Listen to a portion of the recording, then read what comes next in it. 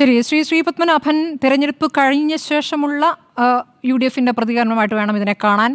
BJPക്ക് ഈ ഘട്ടത്തിൽ, വോട്ടെടുപ്പ് അവസാനിച്ച ഘട്ടത്തിൽ പറയാനുള്ളത് എന്താണ്? വോട്ടെടുപ്പ് അവസാനിച്ചതിന് ശേഷം ഞങ്ങൾ മനസ്സിലാക്കുന്നത് നിലമ്പൂരിൻ്റെ യഥാർത്ഥ വികസന വിഷയങ്ങളാണ് ഈ തെരഞ്ഞെടുപ്പിനെ സ്വാധീനിച്ചതെങ്കിൽ ഐക്യജനാധിപത്യ മുന്നണിക്കും LDFനും അവർ വിചാരിച്ച വോട്ടൊന്നും കിട്ടാൻ പോകുന്നില്ല. ഭാരതീയ ജനതാ പാർട്ടിക്ക് അനുകൂലമായ വികാരം അവിടെ ഉണ്ടാവും. കാരണം നിലമ്പൂരിലെ ആരോഗ്യ മേഖലയിലെ പ്രശ്നങ്ങൾ, നിലമ്പൂരിലെ യാത്രാ മേഖലയിൽ, അതായത് ട്രാൻസ്പോർട്ട് മേഖലയിൽ റോഡ് വികസനത്തിൻ്റെ വിഷയങ്ങൾ, നിലമ്പൂരിൽ സർക്കാർ കോളേജിൻ്റെ അവസ്ഥ, നിലമ്പൂരിലെ പട്ടികജാതി കോളനികളുടെ അവസ്ഥ, നിലമ്പൂരിലെ പട്ടികവർഗ കോളനികളുടെ അവസ്ഥ, ചാലിയാർ പുഴ കടക്കാൻ ഇപ്പോഴും മുളകെട്ടിയ ചങ്ങാട ഉപയോഗിച്ച് ഇന്നും വോട്ട് ചെയ്യാൻ വരെ വന്നത് അങ്ങനെയാണ്. ഇതൊക്കെയാണ് നിലമ്പൂർ വിഷയമാകുന്നതെങ്കിൽ ഒരു സംശയവുമില്ല, BJP അവിടെ അത്ഭുതങ്ങൾ സൃഷ്ടിക്കും. വികസനമാണ് വിഷയമെങ്കിൽ BJPക്ക് മാത്രമേ അവിടെ 4 കാര്യം പറയാനുള്ളൂ. കാരണം ഞങ്ങൾ നിലമ്പൂർ റെയിൽവേ സ്റ്റേഷൻ അമൃത് ഭാരത് പദ്ധതിയിൽ ഉൾപ്പെടുത്തി വികസിപ്പിച്ചു, നിലമ്പൂർ ഷൊർണൂർ റെയിൽപാത ഇരട്ടിപ്പിച്ചു, നിലമ്പൂർ നഞ്ചങ്കോട് റെയിൽ അതിൻ്റെ സർവേ പൂർത്തീകരിച്ചു. അപ്പോൾ അടുത്ത ബഡ്ജറ്റിൽ അലോട്ട്മെൻറ്റ് വരാൻ പോവുകയാണ്, പണി തുടങ്ങാൻ പോവുകയാണ്. അതുപോലെ തന്നെ 16,000-ലധികം ആളുകൾക്ക് നിലമ്പൂർ കിസാൻ സമ്മാൻ നിധി കിട്ടുന്നുണ്ട്. 18,000 കുടുംബങ്ങൾക്ക് ആയുഷ്മാൻ ഭാരത് യോജനയും ഗരീബ് കല്യാൺ അന്ന യോജനയും ലഭിക്കുന്നുണ്ട്. ഇപ്പം നിലമ്പൂരിൽ കഴിഞ്ഞ കുറേ വർഷമായി, അല്ലെങ്കിൽ 60 വർഷമായി മാറി മാറി ഭരിച്ചവർ, അവർ നിലമ്പൂരിൽ ഒരു നല്ല ആശുപത്രി പോലും, ഒരു നല്ല സർക്കാർ ആശുപത്രി പോലും കൊണ്ടുവരാൻ സാധിക്കാത്തവരാണ്. ഈ വിഷയങ്ങളൊക്കെയാണ് തെരഞ്ഞെടുപ്പിനെ സ്വാധീനിച്ചതെങ്കിൽ യാതൊരു സംശയവുമില്ല, BJP വലിയ മുന്നേറ്റം നടത്തും. ജയിച്ചാൽ 7 മാസം കൊണ്ട് 3 വലിയ പദ്ധതികൾ നടപ്പാക്കുമെന്നൊക്കെയാണ് വാഗ്ദാനം. അതെ, അത് ഞങ്ങളെ വാഗ്ദാനം പാലിക്കുന്ന വാഗ്ദാനമാണല്ലോ.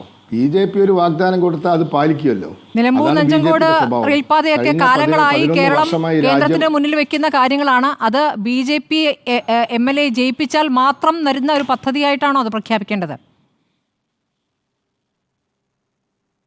അതിൻ്റെ സർവേ കഴിഞ്ഞു. 55 വർഷം ഇന്ത്യ കോൺഗ്രസ്സുകാർ ഭരിച്ചു. പക്ഷേ നിലമ്പൂർ നഞ്ചങ്കോട് റെയിൽവേ ലൈനിൻ്റെ സർവേ ഇപ്പോഴാണ് പൂർത്തിയായിക്കൊണ്ടിരിക്കുന്നു. അടുത്ത റെയിൽവേ ബഡ്ജറ്റിൽ അലോട്ട്മെന്റ് 3-ാം മോഡി സർക്കാരിൻ്റെ കാലം. ഞങ്ങൾ 11 വർഷമായി ഞങ്ങൾ കൊണ്ടുവന്നില്ലേ, ഞങ്ങൾ യാഥാർത്ഥ്യമാക്കാൻ പോവുകയാണ് നിലമ്പൂർ നഞ്ചങ്കോട് റെയിൽപാത. ഞാൻ ചോദിക്കട്ടെ, ശബരി റെയിൽപാത അങ്കമാലിയിൽ നിന്ന് കാലടി വരെ നിർമ്മിച്ചത് രാജഗോപാൽ റെയിൽവേ വകുപ്പ് മന്ത്രിയായപ്പോഴാണല്ലോ. അതിൻ്റെ അങ്ങോട്ട് നിർമ്മിക്കാൻ അവർക്ക് സാധിച്ചില്ലേ? 10 വർഷം ഭരിച്ച UDF സർക്കാർ, UPA സർക്കാരിന് സാധിച്ചില്ലല്ലോ. ഇപ്പോൾ റെയിൽവേ നയം മാറ്റി 50-50 ഷെയറിങ് വേണമെന്ന് പറഞ്ഞപ്പോഴാണ് ഇപ്പോൾ സാങ്കേതിക തടസ്സത്തിൽ പെട്ടുപോയത്. ഇപ്പോൾ അതും പരിഹരിച്ച് ശബരി റെയിൽപാത ആവാൻ പോവുകയാണ്. അപ്പോൾ കേരളത്തിലാവട്ടെ ഇന്ത്യയിലാവട്ടെ തെരഞ്ഞെടുപ്പിന് മുമ്പേ പറഞ്ഞ കാര്യങ്ങൾ നടപ്പിലാക്കുന്നത് ഞങ്ങൾ മാത്രമാണ്. ശരി, വന്യജീവി ആക്രമണമൊന്നും അത്ര വിഷയമാകില്ല അല്ലേ? 45 കൊല്ലം മുന്നേ വന്യജീവി ആക്രമണമൊന്നും വിഷയമാകില്ല. അത് വിഷയമാകണമെങ്കിൽ സംസ്ഥാന സർക്കാരിനെ മാത്രം ബാധിക്കുന്നല്ലോ. അത് 972 നിയമത്തിൽ കേരളത്തിലെ വൈൽഡ് ലൈഫ് കൺസർവേറ്റർക്ക് അധികാരമുണ്ടല്ലോ. ഞാൻ ചോദിക്കട്ടെ, ഈ നിയമം നിലനിൽക്കുകയല്ലേ വയനാട്ടിൽ മാരി പാണ്ഡ്യൻ എന്ന് പറയുന്ന കലക്ടർ ആനയെ വെടിവെക്കാൻ ഉത്തരവിട്ടത്? അന്ന് 72 നിയമമായിരുന്നല്ലോ. 72 നിയമം 72 ഇന്ദിരാഗാന്ധിയുടെ കാലത്ത് വന്നതല്ലേ. ആ നിയമം നിലനിൽക്കുകയല്ലേ വയനാട്ടിലെ ഒരു ജില്ലാ കലക്ടർ IAS ഉദ്യോഗസ്ഥൻ ആനയെ കാട്ടിൽ ആന നാട്ടിലിറങ്ങിയാൽ ജനങ്ങൾ ജീവനും സ്വത്തിനും ഭീഷണിയായാൽ വെടിവെക്കാൻ ഉത്തരവിട്ടല്ലോ 986-87 മറ്റോ. അദ്ദേഹം ഞാൻ മനസ്സിലാക്കുന്ന ഇപ്പോഴും സർവീസിലുണ്ടെന്നാണ്. അപ്പോൾ 2600 പന്നികളെ കേരളത്തിൽ വെടിവെച്ച് കൊന്നില്ലേ? അപ്പോൾ അത് ഏത് നിയമപ്രകാരമാണ്? അപ്പോൾ ഇത് സംസ്ഥാന സർക്കാരിൻ്റെ പരാജയമാണ്. സംസ്ഥാന സർക്കാർ ഫെൻസിങ് പ്രോപ്പറല്ല, കിടങ്ങുകൾ കുഴിച്ചിട്ടില്ല, അതിനൊക്കെ ഫണ്ട് കൊടുത്തിട്ട് അത് വിനിയോഗിക്കാത്തത് കൊണ്ടുണ്ടായ പ്രശ്നങ്ങളാണ്.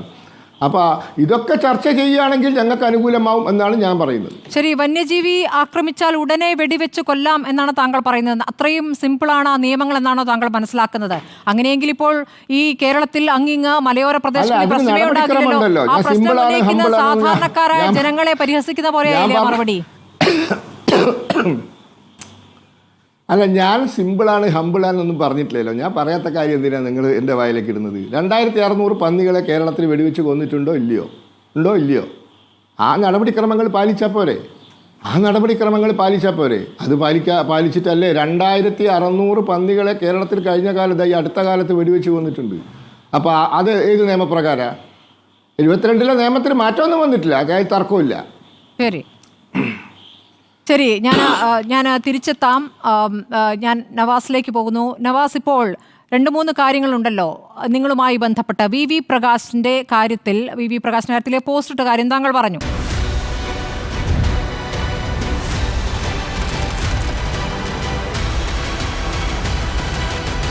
ഡിബേറ്റ് വിത്ത് സ്മൃതി പരുത്തിക്കാട്.